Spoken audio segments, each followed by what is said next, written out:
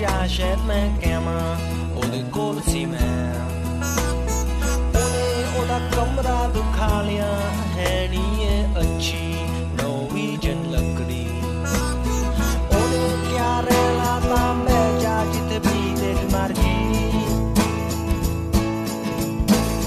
ਮੈਂ ਆਲੇ ਦੁਆਲੇ ਦੇਖਿਆ ਕੋਈ ਉੱਥੇ ਕੋਸੀ ਨਹੀਂ ਸੀ ਮੈਂ ਦੂਰੀ ਤੇ ਬਹਿ ਗਿਆ ਸਮਾਂ ਸੋਚ ਕੇ ਉਹਦੀ ਸ਼ਰਾਬ ਪੀ ਕੇ ਅਸੀਂ 2 ਵਜੇ ਤੱਕ ਗੱਲਾਂ ਕੀਤੀਆਂ ਫੇ ਉਹਨੇ ਕਿਹਾ ਸੌਣ ਦਾ ਸਮਾਂ ਹੋ ਗਿਆ Ramón Lobo, buenos días. Muy buenos días, ¿qué tal por esos mares?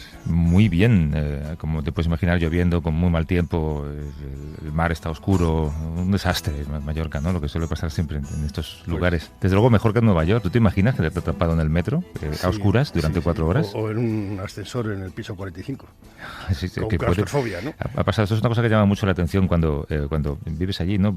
Ver lo precarias que son las infraestructuras. Claro, es un país tan grande que es muy complicado poder, por ejemplo, tapar los baches en las calles de Nueva York, que es algo que la gente siempre se pregunta, ¿no? Porque hay tantos baches, bueno, ¿por dónde empiezas a taparlos? No hay dinero en las arcas para hacerlo. Y después porque es una sociedad que prima lo privado y no lo público. Da la sensación que esto del dinero público para hacer cosas públicas como la sanidad, las infraestructuras y todo esto es casi socialismo, ¿no? Bueno, y es un país que conviven, tú lo conoces bien, un primer mundo brillantísimo, puntero, con un tercer mundo. Sí, en Madrid, por cierto, hablando de problemas municipales, sabes que el rastro se va a cerrar porque no funciona. Hace años que no hay rastro en Madrid, según me acabo de enterar. Es un desastre. Díaz Ayuso, que creo que va todos los domingos al rastro, se ha enterado que no funciona, que está vacío, no hay nadie, y todo es culpa de Carmena y de Madrid Central cuando la restricción del tráfico la impuso Gallardón, que claro, para este PP igual es comunista. Eso es verdad. Y entonces Ana Botella, ¿qué sería, por cierto, en este reparto? Porque Ana Botella ideó el Bicimat. Socialdemócrata. Y lo del Bicimat es muy chino, ¿no? A lo mejor es el marxismo del malo. Ella tiene lo de los pisos que regaló un fondo buitre, que eso la hace mucho más liberal. Oye, escuchaba antes a Borrell esto de lo has escuchado en el resumen informativo, un gobierno funciona, pero no funciona del todo.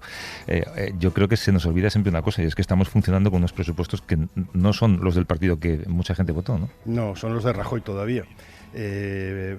Yo creo que, no sé, no entiendo muy bien la posición ni del Partido Socialista ni de Podemos. El Partido Socialista ha dado la sensación que está dedicando más energía a intentar conseguir una abstención de las derechas, o de alguna de las derechas, que llegar a un acuerdo con Podemos. Y da la sensación que están hablando más de puestos que de materia, cuando ha habido 10 meses de gobierno desde la moción de censura, donde ha habido unos presupuestos que no pudieron salir adelante. Hay una base clara para llegar a acuerdos, pero no sé, resulta incomprensible que no hayan sido capaces hasta ahora. Y cuando regresemos en septiembre seguramente estaremos a punto de empezar la siguiente campaña electoral, desde luego todo apunta a eso. ¿Has ido al gimnasio, por cierto? Se me olvida preguntarte. Sí. Porque dejaste de ir y prometiste hacerlo en verano. Volví el jueves al gimnasio de la piscina y se me olvidó que llevaba 6 meses sin hacer gimnasia y me emborraché un poco de balón en la cinta esta de andar. Luego hice un par de aparatos y bueno, me estoy recuperando todavía.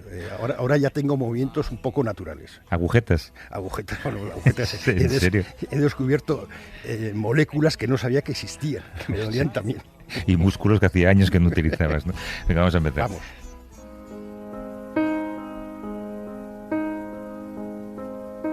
Hello, baby. Yes, it's really me.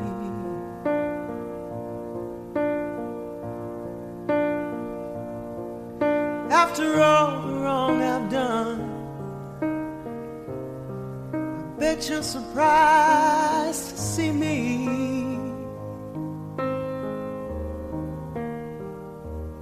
here at your door, like a sparrow with a broken wing.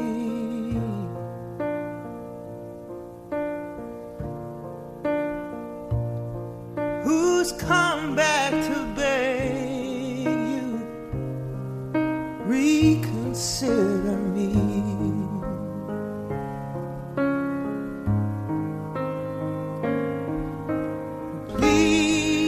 El otro día cuando hablábamos cómo terminar esta temporada radiofónica. Claro, siempre intentamos fijarnos en aquello a lo que no se presta mucha atención, en el panorama internacional, o buscar un ángulo diferente a aquello de lo que hemos hablado mucho. Pero se nos ocurrió que a lo mejor podíamos hacer algo distinto, y es lo que vamos a hacer hoy. Y al final, si repasáramos ahora la lista de países de los que hemos hablado, o cuestiones a las que hemos dedicado minutos y conversaciones, tú y yo, y a las que se han sumado además invitados, algunos de ellos maravillosos, a los que desde aquí, por cierto, queremos agradecer siempre que estén dispuestos a estar en esta sección a esta hora de la mañana de un domingo. Si repasamos esa lista, podemos ver que hay, yo creo que hay denominadores comunes, que son los que en el fondo mueven el mundo, o hacen que el mundo se mueva de la manera en la que se mueve.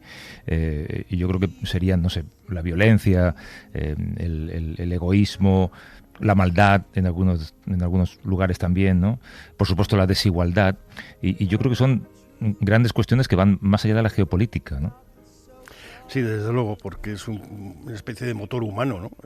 Da la sensación de... No sé si has visto la serie Years and Years de la BBC. Sí, he empezado a verla, está maravillosa. Que aquí en HBO, en el último capítulo, no de este tipo, nada, la Muriel, que es el personaje que interpreta una superactriz inglesa, dice que puede sacar a un loco de la cueva, pero el problema es la cueva. Luego se te puede meter un payaso. Claro. Es la cueva. Entonces estamos viviendo, no sé, un sistema que desde el 2008 ha cambiado de alguna forma, donde los mercados mandan casi tanto o más que los países, donde se ha aumentado la desigualdad, donde la educación está dejando de ser una herramienta defensiva y de creativa de ciudadanos críticos. En España, por ejemplo, la filosofía está en busca y captura en la enseñanza pública y privada, ¿no? No sé, si no tenemos instrumentos para defendernos, es muy difícil que podamos pensar y cambiar las cosas. Es curioso que esa crisis se mezcla con el acceso a las comunicaciones y el intercambio de información. Cada vez es más fácil hacerlo, cada vez más instantáneo. Y sin embargo cada vez nos preocupa menos ese mundo que no vemos, ¿no? Ese mundo que está al otro lado del río, al otro lado del mar, al otro lado del muro.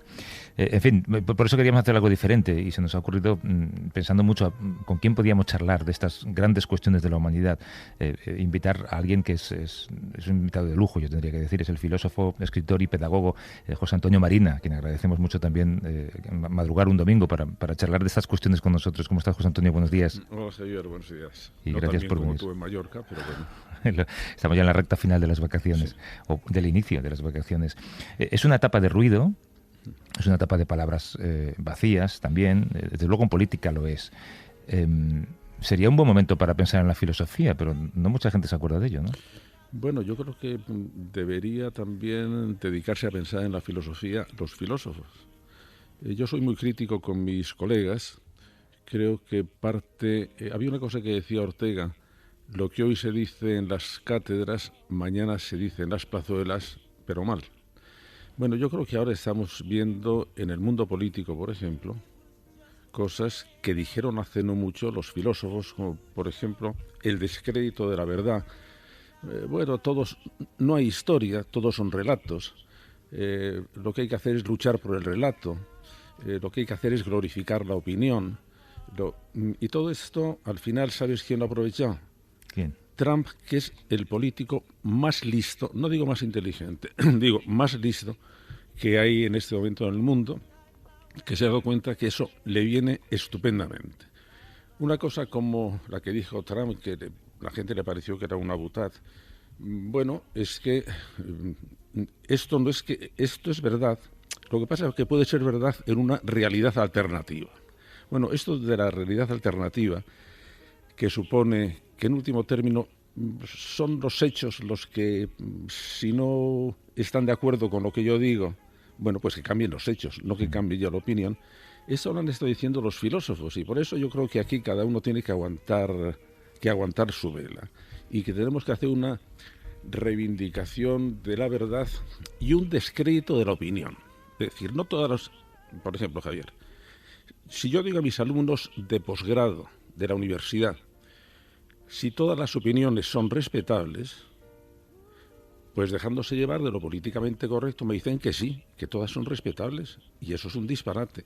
Lo que son respetables son todas las personas que opinan, pero las opiniones pueden ser estúpidas, disparatadas, ofensivas, tontas, y por lo tanto en cuanto a opinión, no son respetables. Y yo creo que debemos empezar un poco a poner los puntos sobre las íes, porque si no nos metemos en el follón universal, del cual al final, en río revuelto, pues ganan los pescadores. Claro, aquellos que, como tú mencionas, consideran que la verdad está sobrevalorada, que es lo que pasa ahora con muchos líderes políticos, ¿no? Pero tú decías al principio que puede ser un buen momento para practicar la filosofía y para que los filósofos también recuerden que su labor es filosofar.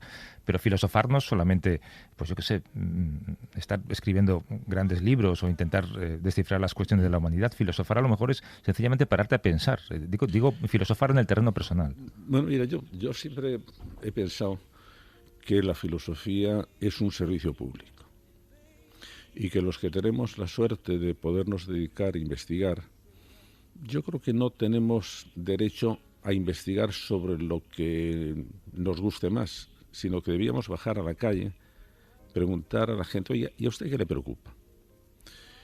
Porque si son preocupaciones serias, desembocan en temas filosóficos inmediatamente. Pues qué es la justicia, qué es la igualdad, qué es la desigualdad, qué es el aborto, qué pasa con la muerte, qué pasa con si todas las opiniones son respetables, que todas esas cosas son temas filosóficos absolutamente de primera magnitud. Entonces, una vez que sepamos que eso es lo que preocupa a la gente, ir a estudiarlas, no decir lo que se nos ocurra inmediatamente. Y cuando tengamos algo serio, sensato y riguroso que decir, bajar otra vez a la calle y explicárselo otra vez al peatón. Es decir, que necesitamos una especie de filosofía cotidiana para intentar resolver los problemas cotidianos que tenemos, que son realmente muy serios. Tú fíjate, ahora, Javier, estamos recibiendo cada vez más información de que ya se dice que hacia el año 2040 cambia la especie humana. Así de entrada. Estamos en el periodo del poshumanismo, del transhumanismo, en que van a coincidir la biotecnología, la nanotecnología y los sistemas potentísimos de inteligencia artificial. Y que eso va a suponer un cambio en la especie. Dice, bueno, ¿y esto con qué se come? ¿Y esto quién lo piensa? ¿Y cómo educamos a nuestros chicos y a nuestras chicas? Cuando se está diciendo, y ya se acepta como si fuera un dogma de fe, que el 65% de los puestos de trabajo en que van a trabajar los chicos y chicas que ya están en la escuela, no unas generaciones futuras, los que ya están en la escuela, el 65% de los puestos de trabajo no se han inventado, las herramientas con que van a trabajar no se han inventado, los conceptos con que van a pensar no se han inventado y no tenemos ni idea de con qué problemas se van a enfrentar. Entonces, un docente medianamente responsable dirá, ¿y ahora qué hago? ¿Y quién me dice lo que tengo que enseñar? ¿Y cómo lo selecciono? ¿Y cómo dejo? ¿Qué hago para no dejar a estos chicos y chicas que están de alguna forma a mi cuidado en un mundo absolutamente confuso y sin herramientas para sobrevivir? Bueno, estos son temas de una enorme gravedad y yo creo que no los estamos pensando con el suficiente rigor. Hay un pensador británico que conocerás sin duda, que es Ken Robinson, que es uno de los expertos que más habla de educación, y él mantenía una tesis, y es que estamos educando con los mismos instrumentos del siglo XIX para crear puestos de trabajo para una industria que está desapareciendo. Él dice que había que cambiar por completo el sistema y que había que hacer un sistema más agrícola, es decir, crear un campo abonado donde tú plantas a los niños que tengan y que salgan según sus talentos. Sí, ¿sabes lo que pasa con Ken Robinson? Que es realmente muy inteligente y que lo que dice tiene razón. Que a mí me recuerda una escena de las películas, sobre todo americanas, en que después de un accidente alguien dice que alguien llame a una ambulancia. Bueno, llámala tú. De manera que ya yo creo que estamos en la escuela un poco hartos de que alguien nos diga, a ver si hacéis esto. Vamos a empezar a hacerlo. En este momento, por ejemplo, el equipo que está trabajando conmigo, que empezó en la Universidad de Padres, que sigue en la cátedra que llevo en la Nebrija, vamos a ver si organizamos esto, vamos a ver si empezamos a hacer programas serios.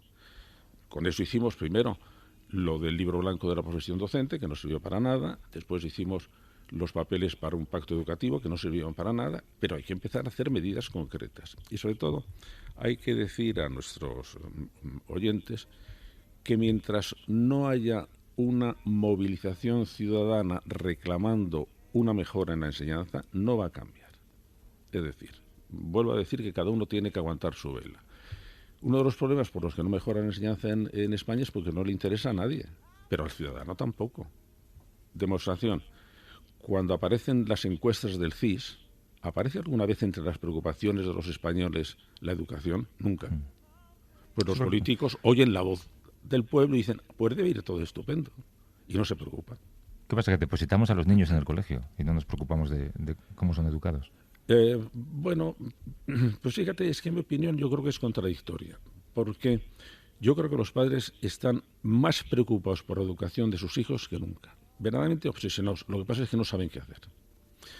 Y, no, por decirlo así muy cotidianamente, no saben si darles una bofetada o darles un avisador. Oscilan a ver qué sale.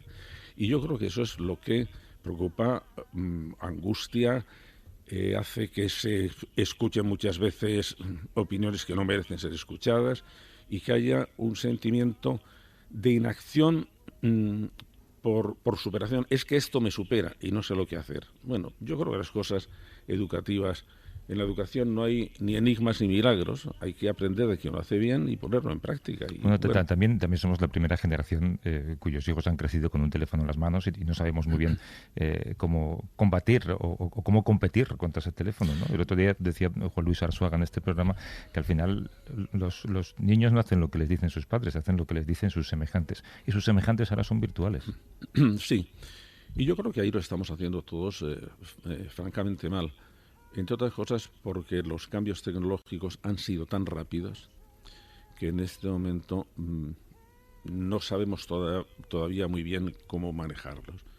Estamos, por ejemplo, sin darnos cuenta de la importancia que tienen las redes, que puede ser absolutamente tremendamente mala.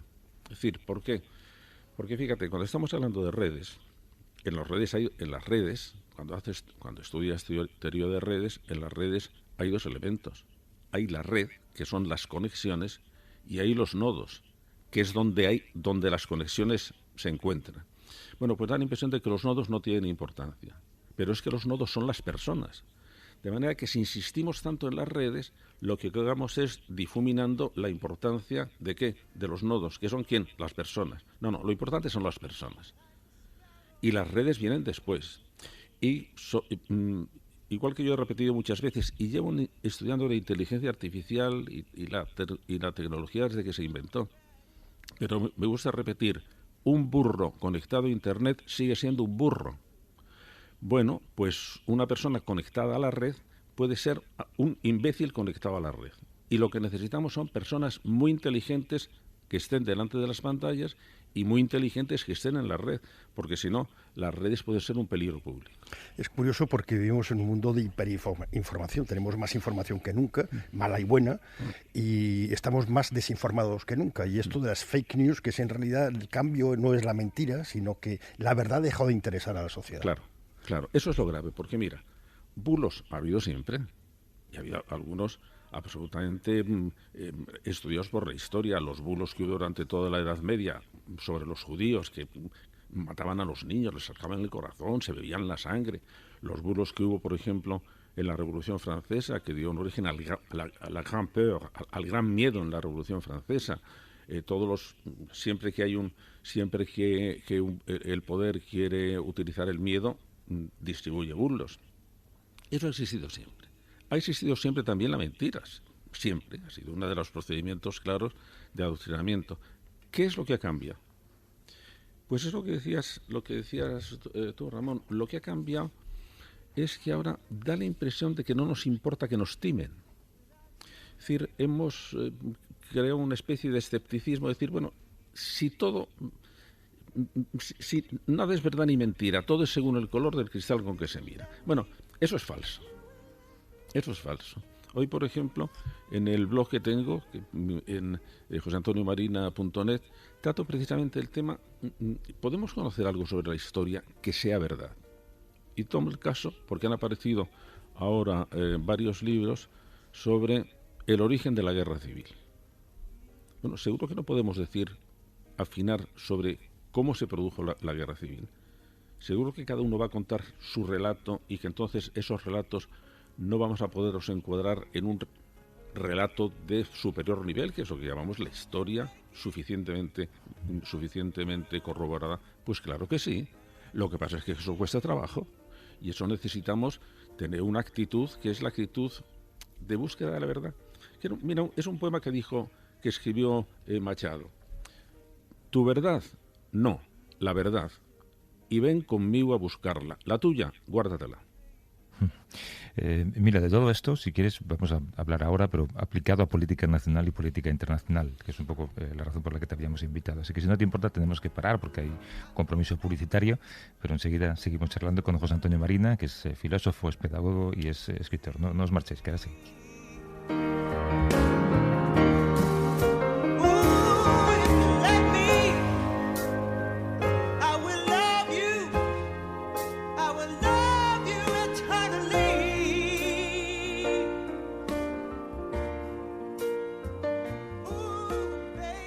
A vivir que son 2 días. Javier del Pino.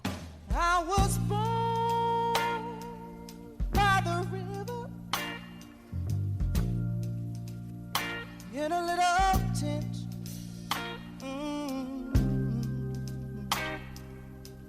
Like the river I've been running ever since. It's been a long time coming, but I know change gonna come. Oh, yes, it will. It's been too.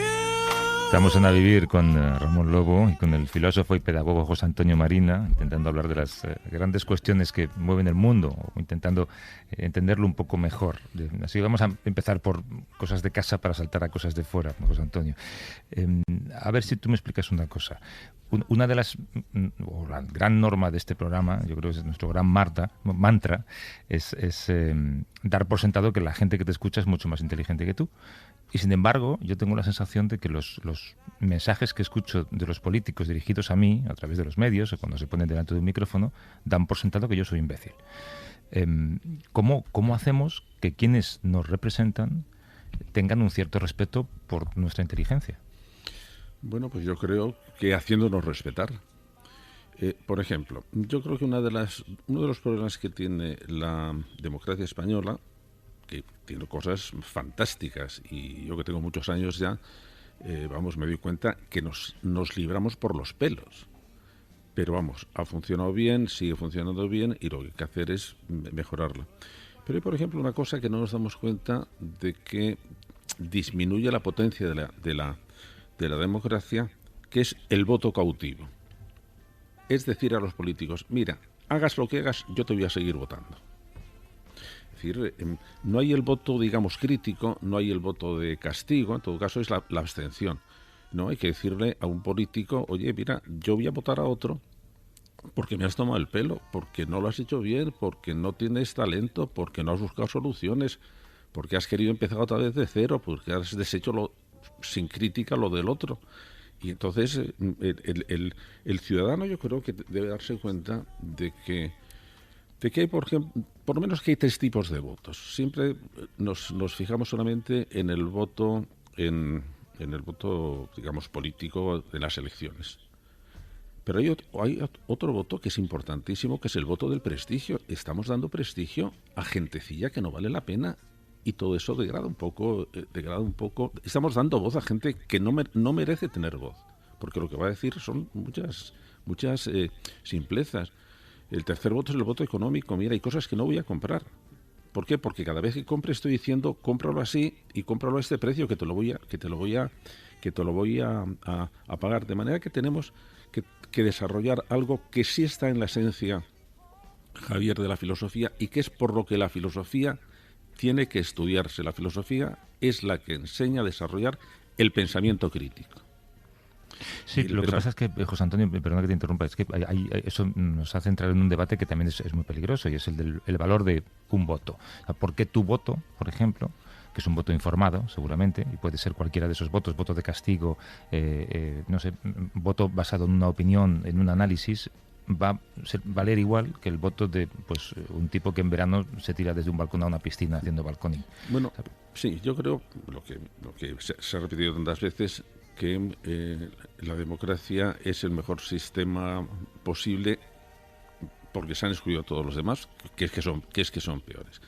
Pero claro, tenemos que ver, tenemos que empezar a explicar, yo creo, a la gente, a todas las personas, que cuando se organiza la democracia, cuando se organizan las instituciones, tienen una larguísima historia detrás de sí. Y que si no comprendes esa historia, no vas a comprender las instituciones. Por ejemplo, ¿por qué en la mayoría, gran parte de las democracias avanzadas, el voto a los representantes no es voto mandatario? No es decir, y tú vas a hacer lo que yo te digo que vayas, vas a ir a la Cámara a decir lo que yo te digo que vayas, sino que se eligen a representantes que son los que, con la suficiente información, con la suficiente honradez, con la suficiente capacidad de estudiar los temas, nos van a representar. El momento que se va, por ejemplo, a un tipo de democracia directa, de decir, tú haces lo que yo te digo, pasan estas cosas rarísimas, como pasó en Grecia, que de repente Tsipras hizo un referéndum para ver si querían que llegara a un acuerdo o no de acuerdo de salvamento con la Unión Europea. La gente dijo, no lo queremos, y Tsipras tuvo que decir, pues hay que hacerlo. De manera que entonces ahí hay una especie de una visión, yo creo, políticamente correcta. No, si yo voy a hacer lo que tú me digas, es que no es verdad. El voto lo que te da es la representación del poder que yo tengo como ciudadano para poder intervenir en política, no para que yo intervenga directamente. ¿Por qué? Porque muchos asuntos no los sé. Para eso elijo mis representantes, y por eso tengo que tener mucho cuidado de a qué representantes elijo, porque es en ellos en los que deposito mi capacidad de decisión, porque yo no sé lo suficiente de esos temas. Claro, entonces al final la clave, Ramón, lo hablábamos antes, es la educación, ¿no? Es convencer a la gente de que votar es un ejercicio que requiere una cierta preparación. Hombre, no hay que pedir un carnet de votante como un carnet de conducir, pero sí pedir que votes de manera informada. Sí, pero fíjate, Javier, por ejemplo, pero ya empezamos mal. ¿Es verdad que la gente tiene deseos de informarse? Yo no lo veo. Vamos a ver, ¿por qué una persona lee un periódico o escucha a un locutor o por informarse? Pues no, porque lo que quiere no es informarse, lo que se quiere en general es que me den la razón. Y refrendarse. Claro, y entonces yo voy a buscar aquella información, aquel periódico, aquella radio, aquella red, aquel que me dé la razón a lo que pienso y me fortalezca en mi opinión. No que me dé argumentos para ver si yo tengo razón o no tengo razón. Mira, yo a mis alumnos, Javier, hay una cosa, incluso muy pequeñitos, les doy un consejo que es lo que es el eje de toda postura crítica. Cuando alguien te dé su opinión, pregúntale, ¿y tú cómo lo sabes? Y cállate.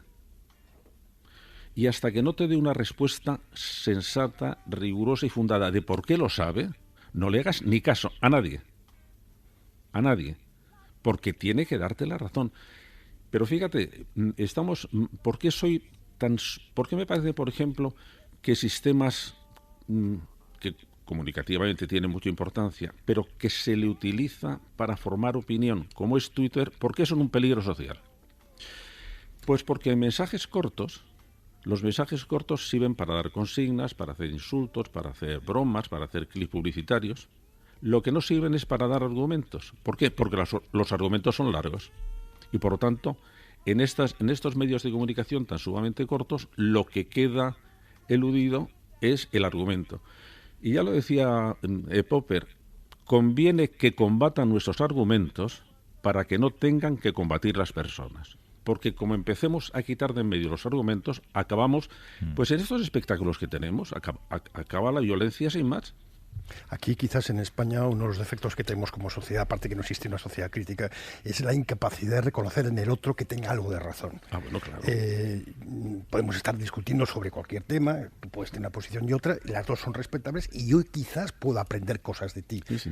Incluso no estando de acuerdo. Aquí es o todo de acuerdo o todo en desacuerdo. Sí, pues son posturas siempre se llevan el gato al agua las posturas poco matizadas. Y yo creo que eso lo debemos empezar a a reconocer y a intentar hacer un propósito de la enmienda. Eso de, yo tengo convicciones muy firmes, pues a lo mejor no hace falta que tengas convicciones tan firmes. ¿Por qué? Porque entonces convicciones muy firmes se van a oponer a convicciones igualmente firmes. Pero eso no está de moda lo contrario, es ser muy solemne en todo lo que dices, o estar muy enfadado o muy enfadada, Sí. ¿no? Como has visto últimamente. Sí, claro, pero yo creo que el intentar, por ejemplo, creo que en este momento lo que necesitamos, y es lo que con las cosas que escribo intento fomentarlo, necesitamos comprender las cosas, porque en este momento nos cuesta muchísimo trabajo comprender las cosas. Es que no, y para comprenderlas, se piensa además que si yo comprendo una cosa la estoy excusando. No, yo primero la comprendo y luego te condeno o te salvo, pero primero tendré que comprenderla. Y para comprenderla es como decía Ramón, tengo que escuchar lo que dice, pero tengo que escucharlo con intención de comprender qué es lo que dice, por qué lo dice, a qué conclusiones me llega, y eso es un esfuerzo, y es un esfuerzo de rigor intelectual, de honradez intelectual. No se puede descalificar a la gente sin haber escuchado primero lo que dice. Me da igual lo que digas, que yo voy a decir que no. Eso es un disparate. En esto los periodistas no hemos hecho un buen trabajo, ¿no?, en la creación de esa conciencia crítica y en el respeto del otro. Yo creo, yo creo que no. Hay de todo, ¿eh? Yo creo que esa es una de las funciones del periodismo, pero fíjate, ¿por qué crees tú que hay en este momento una campaña tan sumamente profunda en contra del periodismo serio, concretamente de Estados Unidos? ¿Por qué crees que Trump, una de las cosas que ha intentado hacer es devaluar las fuentes rigurosas de información, que eran, por una parte, los periódicos muy serios y, por otra parte, la ciencia? Es decir, ¿por qué de repente ha dicho, no, lo que dicen los científicos del cambio climático no tienen razón? Pero bueno, es que es un disparate lo que está diciendo. Pero lo que dice es, bueno, si yo devalúo a todas las fuentes rigurosas de información, a todas las fuentes críticas de información, me quedo con el campo para mí, que manejo justo los medios de comunicación directa al votante. Yo creo que no nos damos cuenta de hasta qué punto es de una listeza política absolutamente colosal el manejo que hace Trump de los medios, de los sistemas de las nuevas tecnologías. Seguramente de manera involuntaria, ¿eh? No creo que tenga capacidad para hacer No. ese análisis. Yo creo que, Javier, nos estamos equivocando. Es listísimo. Y esa idea que nosotros tenemos de quien no está de acuerdo con nosotros es tonto o es loco, no, es muy listo, pero muy listo. Porque mira, si yo mando a un campesino de Iowa que está en el fondo, le mando a su correo: el presidente de Estados Unidos te dice que fulanito es un desastre. Claro que en teoría él sabe que eso se lo ha mandado a 15 millones de personas, pero lo que ha visto es que se lo ha mandado a su móvil, que su móvil, el presidente de Estados Unidos a su móvil le ha dicho eso. Y esa cercanía, que es una cercanía tramposa, esa cercanía del presidente que me manda a mi móvil un mensaje, eso tiene una fuerza absolutamente arrolladora, y creo que Trump va a ganar, y va a ganar de calle, porque ha comprendido eso, y no podemos engañarlo. Trump es inteligentísimo. Trump irá 20 vueltas a todos sus enemigos políticos. Que sea mala persona, que esté equivocado, bueno, no, de acuerdo, completamente de acuerdo.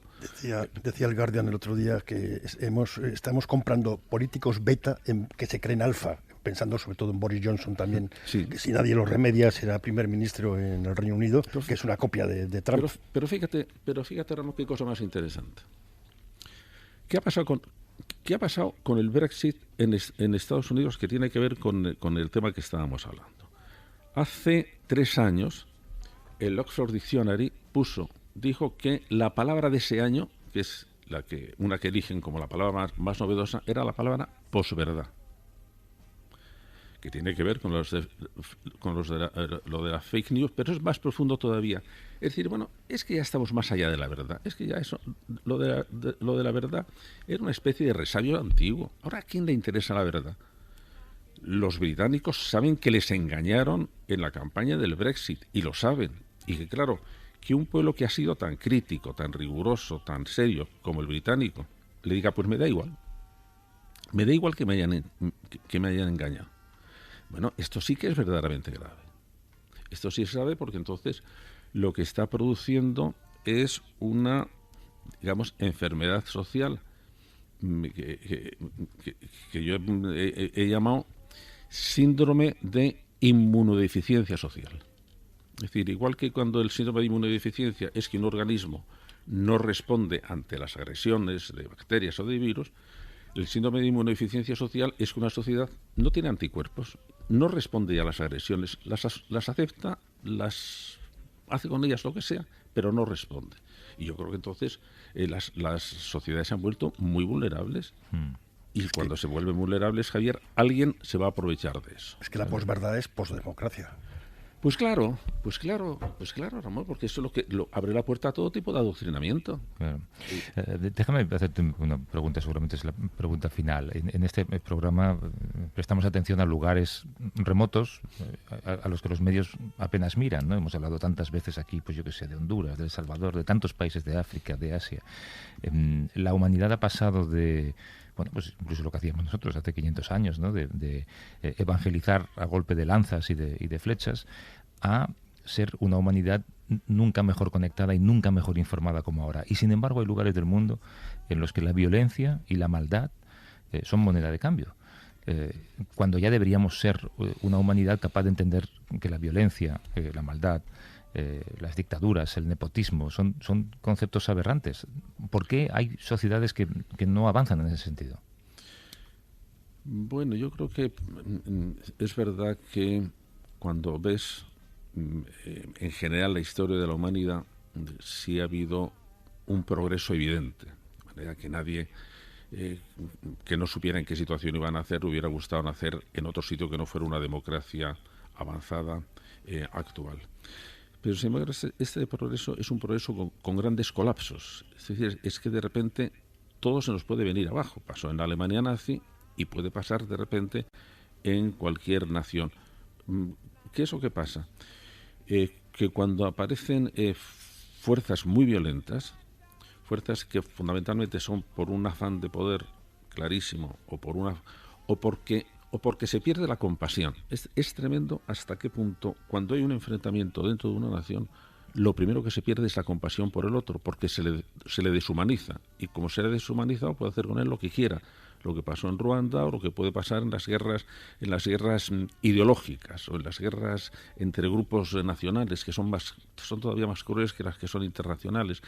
Y entonces ahí tenemos un fallo en el sistema de controlar de alguna manera la violencia humana. No lo hemos sabido hacer y de vez en cuando incluso países que nos parece que eran civilizados pueden colapsar. Y yo creo que eso sí nos debe hacer vivir en una situación de un cierto optimismo porque hemos mejorado, de un cierto optimismo porque tenemos soluciones y de una cierta cautela, cuidado porque podemos ser muy bestias. Esto lo dice Gervasio Sánchez, es corresponsal de guerra, y Ramón también lo ha vivido mucho en la guerra de la antigua Yugoslavia, como una persona buena está siempre a un paso de convertirse en una persona mala, coger un fusil y odiar a su vecino. Claro, pero vamos, lo de odiar a su vecino es clarísimo, y en Yugoslavia es que fue terrible. Pero había sido terrible, por ejemplo, en la India, cuando a la independencia de la India por fin consiguen la independencia de la India, empiezan a matarse entre ellos. Y hay que separar dos estados, hay que llevarse a unos a Bangladesh y a otros llevarse en la India. Pero ¿cómo la ideología puede separar hasta tal punto? Es decir, ¿por qué son tan malos los nacionalistas, los nacionalismos como sistema identitario? Porque siempre se definen contra alguien. Y necesitan para fortalecerse el tener a alguien a quien echar la culpa, y al final, como no pongas frenos, pues no es únicamente que sean disputas teóricas, es que se pasa a las manos. Es decir, en el último libro que yo he escrito, Biografía de la Humanidad, lo que he intentado contar, bueno, que lo que hay en el fondo de la historia de la humanidad son potentísimas emociones humanas, y que las emociones humanas hay que andarse con cuidado. Claro. Porque son muy potentes. Oye, recuerdo, José Antonio, que hace unos años, sé que fue en Casa de América, pero no recuerdo en qué ámbito hicimos una cosa con tú, Luis Rojas Marcos, algún tipo de, no sé, mesa redonda o algo. Y recuerdo que Luis Rojas Marcos, a la pregunta de ¿por qué las mujeres viven más que los hombres?, él respondió: porque las mujeres hablan más. La gente se rió mucho, pero luego le explicó una teoría muy bien elaborada sobre cómo hablar nos hace mejores personas y, por tanto, personas más sanas. Sí, y sobre todo, y tenía razón Luis. ¿Cuál es la diferencia en este caso de las mujeres? Que es que intentan resolver, su primer movimiento es intentar resolver los problemas hablando.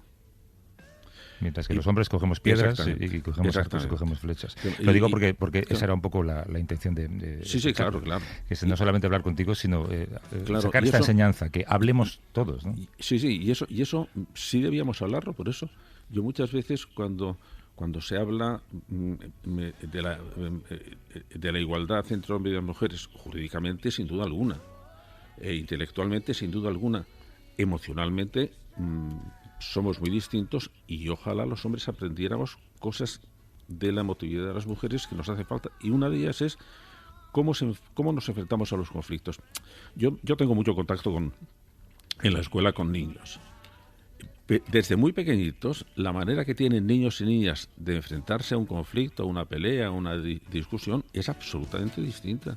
Yeah. Y el papel que juega la palabra en el modo de resolver los conflictos de las niñas es muy sutil. Hablan mucho mejor, hablan mucho más finos, son capaces de analizarse más. El mensaje tiene que ser ese, hablemos. Y nosotros pensamos que eso de hablar pues es de niñas.